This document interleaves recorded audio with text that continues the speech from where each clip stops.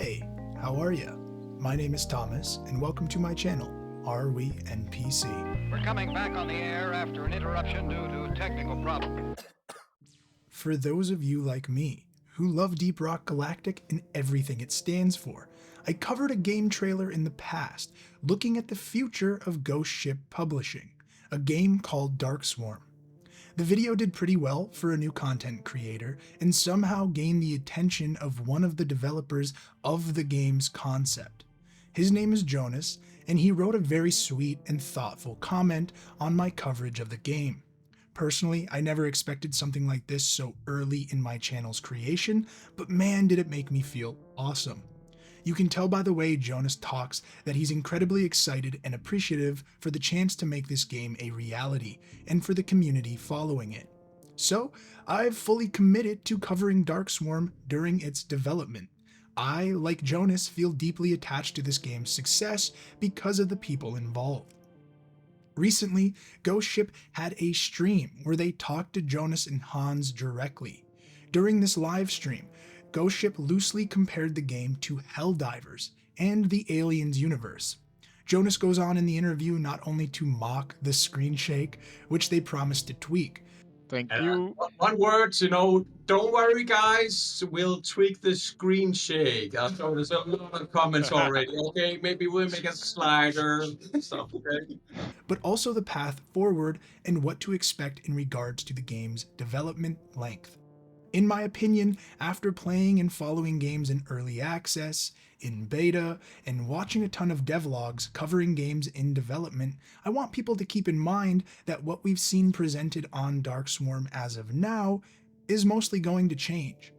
Rather than screen shake, players should focus on the game's atmosphere, aesthetic, and overall early mechanics to get a feel for what this game is going to be like on release, 2 years from now as reported by Jonas, if not more.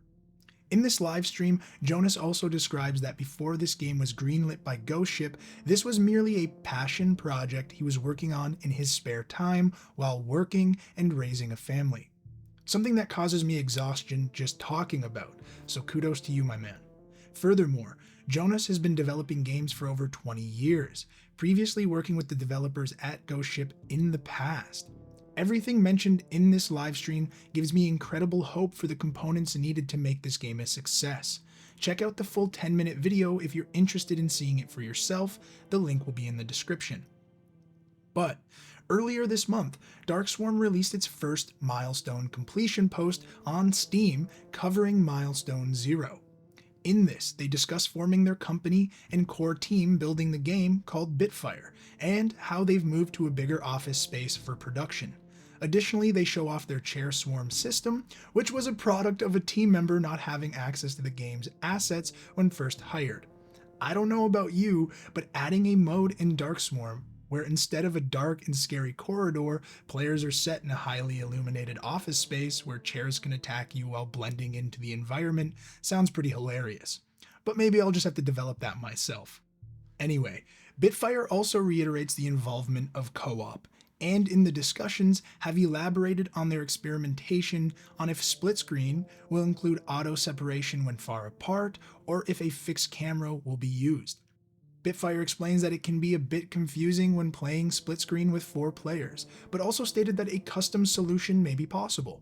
Ultimately, to me it doesn't really matter, as the last local co-op game I played was Shredder's Revenge, and that doesn't even have a split screen, and instead couch co-op is done in the retro arcade style, where you share one screen, and it's still a ton of fun. The way I will be enjoying Dark Swarm will be with my friends online, and by the looks of things now, Dark Swarm is creepy as hell, and I will be cautioning my friends not to split up. This leads directly into their work on Milestone 1, where they talk about iteration speed, the idea that you build upon game mechanics through multiple layers of trial and error. Because of this, Bitfire will focus on the local co-op initially, to enhance the speed of this iteration, and will later focus on online co-op. To me, this makes total sense, and if Deep Rock is any indication of the co-op capabilities of this game, Ghost Ship will be able to offer a ton of support in making it seamless online. Something minor I picked up on is the fact they are testing Darkswarm on Steam Deck, which most likely means we will have compatibility for Steam Deck on release, and it seems like the perfect game for it. Lore, design, and character control were all in development during Milestone 0, and lastly, they gave a shout out to their community and state they will be listening to our feedback. At the end, they sign off by saying, "May your ammo feed never jam," which sounds very deep rock, but to me, this sounds like a hint at possible game mechanics, like Gears of War, where reloading includes a quick time event to successfully reload or speed up the process. This is purely speculation, but I have a feeling Bitfire will want to include as many moments of anxiety during enemy rushes, given the look and feel of the game already. But that's it for me on this one. Milestone 0 is complete. I'm excited to see Bitfire keeping us updated in the very early stages. This video is coming out weeks after their post because I didn't expect an update so soon. Shout out to Bitfire for their community outreach, and a big thank you to Jonas for joining me in the comments to celebrate the game and its coverage. I will link the Darkswarm Discord and subreddit in the description so you guys can follow the game yourself and voice your opinions there.